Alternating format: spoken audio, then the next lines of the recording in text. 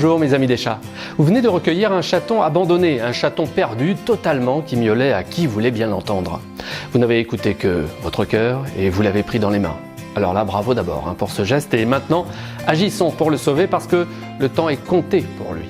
Nous allons voir aujourd'hui la méthode pour le sauver donc. Je vous invite à commenter ensuite cette vidéo YouTube pour apporter votre témoignage de sauvetage de chaton. Partagez aussi un maximum cette vidéo pour qu'elle serve à tous les amoureux de chats que vous croisez sur les réseaux. Les chats comptent sur vous.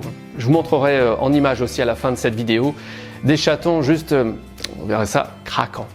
Si vous décidez de garder ce chaton abandonné, vous prenez aussitôt l'engagement de vous occuper de lui, et totalement.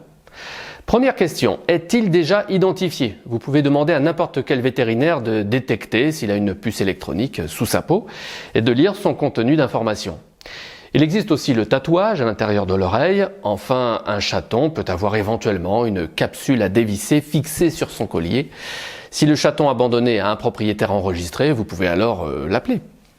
Dans certains cas, je l'ai entendu moi-même, les refuges entendent aussi cette réponse fréquemment. Le propriétaire officiel renie son félin. La personne au bout du fil ne souhaite absolument pas reprendre ce chaton. Alors personnellement, je ne m'engage pas dans un débat sans fin et sans issue avec un propriétaire réfractaire. Je passe tout de suite à l'étape suivante. La sécurité et la bonne santé du chaton passent avant tout. Vous l'avez bien compris. Si le chaton n'est pas identifié, sachez que vous avez la possibilité de le confier à la fourrière de votre commune. Oui, toute commune française fournit à ses citoyens un service de fourrière. Il s'agit d'un établissement dans la ville ou, par convention, d'un service géré par une association de protection d'animaux. Alors qu'est-ce que dit la loi à ce moment où vous découvrez un chaton abandonné?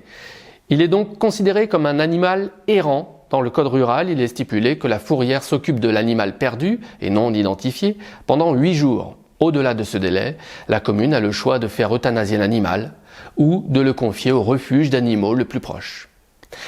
Connaissant les options qui s'offrent à ce chaton abandonné que vous avez dans les mains, vous pouvez naturellement prendre la décision de vous en occuper, personnellement.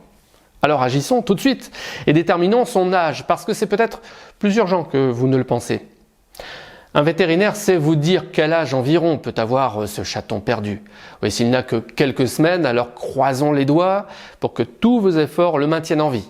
Dans ce cas, ce n'est pas encore gagné. En effet, sans la défense immunitaire du lait de sa maman, le chaton est sous la menace de maladies et d'affaiblissement de l'organisme. Sans la chaleur protectrice du ventre de sa maman, le chaton ne peut pas se réchauffer tout seul. Vous allez donc l'aider. Pensez dans l'ordre à ces paramètres. 1.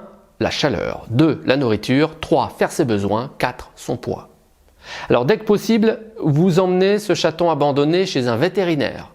Dans l'urgence, si vous venez de recueillir ce chaton abandonné un dimanche, ça arrive, suivez la méthode ainsi, vous amènerez dès le lundi matin ce chaton chez le vétérinaire. Tant que ce chaton abandonné n'a pas été ausculté et testé contre le sida du chat, le FIV, ou autre leucose, éloignez-le de vos autres chats. Oui, chez vous. Une mise en quarantaine s'impose si vous ne souhaitez pas que des maladies ou parasites soient transmis à vos autres chats. C'est important ça. Le vétérinaire vous rappellera les informations de base pour la vermifugation et la protection contre les parasites. Nous avions déjà vu la protection contre les vers dans le sujet Mon chat a des vers, que faire, et contre les parasites aussi en un clic sous cette vidéo, protection naturelle contre les parasites du chat.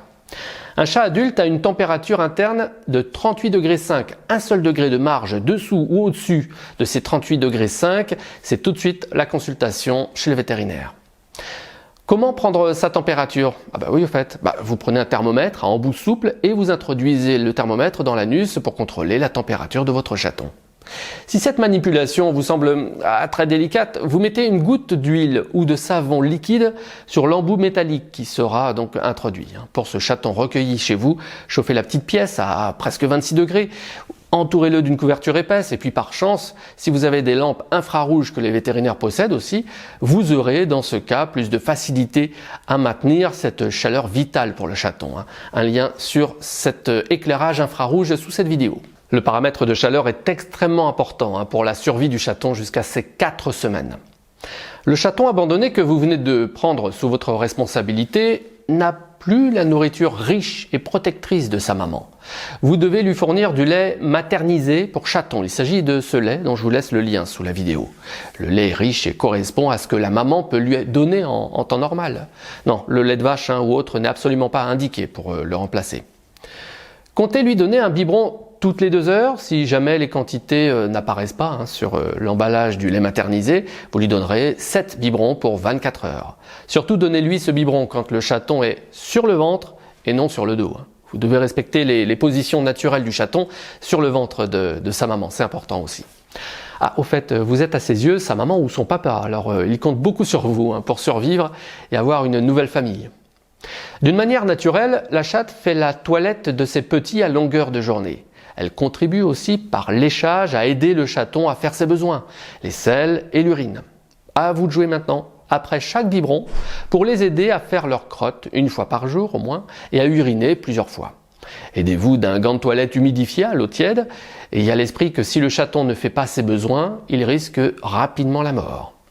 Avec ce gant tiède, vous pouvez le toiletter sur tout le corps et terminer en stimulant son bas-ventre. Ce stimulus sera fait après chaque biberon. Quand un chaton semble être constipé au bout de 24 ou 48 heures, un vieux truc de vétérinaire consiste à stimuler l'anus avec le thermomètre bien huilé. Oui, pour optimiser les chances de ce chaton contre sa constipation, ajoutez une seule goutte d'huile de paraffine à son lait maternisé aussi. En plus de la chaleur, de la nourriture et de la toilette avec massage, pensez à noter la courbe de son poids. Mon conseil pratique pour ce point est d'utiliser une balance de cuisine. Elles ont l'avantage d'être très précises au gramme près, comme celle-ci d'ailleurs, dont je vous laisse le lien sous la vidéo. Jour après jour, vous notez sur un papier affiché en évidence chez vous la courbe de poids de votre chaton. Un chaton abandonné dans la rue qui semble être de type chat de gouttière pèse à la naissance environ 100 grammes.